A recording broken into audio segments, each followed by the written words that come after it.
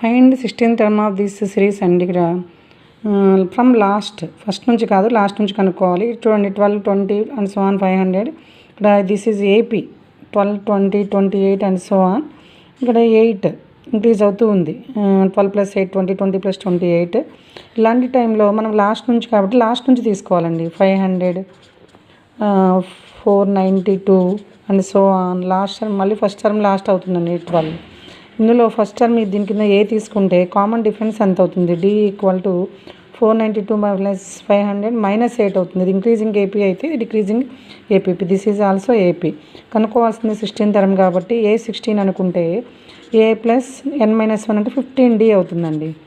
ఏ అంటే ఇక్కడ 500 + 15 × -8. 15 × -8 here 1500 - 120 here 380. చూడండి ఉన్న ఆప్షన్స్లో 3